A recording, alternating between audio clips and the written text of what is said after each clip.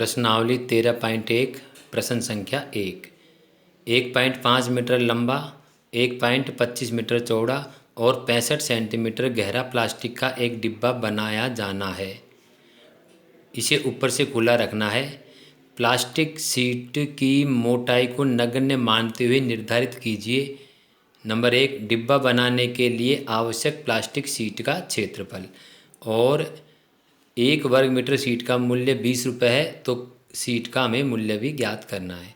तो यहाँ पे आपको ध्यान देना है कि आपको बताया गया है पिछले वीडियो में कि यहाँ पे देखते हैं हम लंबाई, चौड़ाई और ऊंचाई तीनों अलग अलग है। इसका मतलब ये डिब्बा हमारा घनाभाकार है, घनाभ की आकृति का है।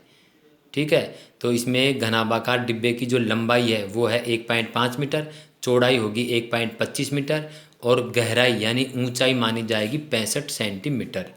तो यहाँ पे आपको एक चीज़ देखनी है कि हमारी लंबाई और चौड़ाई की जो माप है वो मीटर में है, लेकिन हमारी जो इसकी गहराई यानी ऊंचाई है वो सेंटीमीटर में है। तो आपको इसके लिए इकाई समान करनी होगी। या तो आप सबको सेंटीमीटर बनाइए या आप सबको मीटर में बदलिए। तो यहाँ पे हम सेंटीमीटर को मीटर बना देते हैं। तो सेंटीमीटर को मीटर बनाने के लिए 100 का भाग दिया जाता है। तो जो आपका ये है ना, क्या नाम से 65 सेंटीमीटर, कितना ये आपका 65 सेंटीमीटर है। तो इस हम 65 सेंटीमीटर को अगर हम मीटर में बदलें तो इसमें हम 100 का भाग देंगे और 100 का भाग देने पर हमारा आएगा 0.65 मीटर। तो इस प्रकार हम इस 65 सेंटीमीटर को 0.6 मीटर भी कह सकते हैं। तो इसके हिसाब से हम इसको हल करेंगे। दूसरी बात ध्यान देने की यह है कि इस डिब्बे में लिखा हुआ है कि ऊपर से खुला जाना है। इस प्रश्न में लिखा हुआ है कि इस डिब्बे को ऊपर से खुला छोड़ा गया है। तो इसका मतलब कुल 6 फलक होते हैं घनाभ में, ऊपर का फलक छोड़ दिया गया है। तो इसका मतलब हमें 5 फलकों का क्षेत्रफल ज्ञात करना है। तो इसके लिए आप पहले 4 फलकों का क्षेत्रफल ज्ञात कर लो, फिर एक फलक का क्षेत्रफल ज्ञात करके उनको जोड़ दीजिए, तो आपके पास 5 फलकों का क्षेत्रफल आ जाएगा। तो इस प्रकार इस प्रश्न को हम शुरू करते हैं। देखिए ध्यान से, प्लास्टिक के डिब्बे की लंबाई आपको लिखनी है 1.5 मीटर, चौड़ाई आपको लिखनी है 1.25 मीटर, गहराई यानी ऊंचाई आपकी है 65 सेंटीमीटर, जिसे हमने मीटर में बदला 0.65 मीटर। आगे आपको लिखना है डिब्बा ऊपर से खुला है, अतः 5 फलकों का क्षेत्रफल हमें ज्ञात करना है। तो हम 4 फलकों का क्षेत्रफल पहले ज्ञात करते हैं। यानी आपको 4 फलकों के क्षेत्रफल यानी कि 4 दीवारों का क्षेत्रफल का सूत्र बताया गया था, 2 ब्रैकेट लंबाई प्लस चौड़ाई गुणा ऊंचाई। तो यहाँ पे आप 2 लिख दोगे। लंबाई आपकी कितनी है 1.5 मीटर, तो यहाँ पे आप लिखोगे 1.5 मीटर। चौड़ाई आपकी है 1.25 मीटर और ऊंचाई आपकी होगी 0.65 मीटर। जब आप 1.5 और 1.25 को जोड़ोगे तो आपका आएगा 2.75। ठीक है, और 2.75 को हम 2 से गुणा करेंगे तो हमारा आएगा 5.5 और इसको गुणा किया जाएगा 0.65 से, तो हमारा आएगा 3.575 वर्ग मीटर। तो ये हमारे पास 4 फलकों का क्षेत्रफल आ गया। ठीक है, हमें लेना है 5 फलकों का क्षेत्रफल। तो अब एक फलक का क्षेत्रफल हम और ज्ञात कर लेते हैं।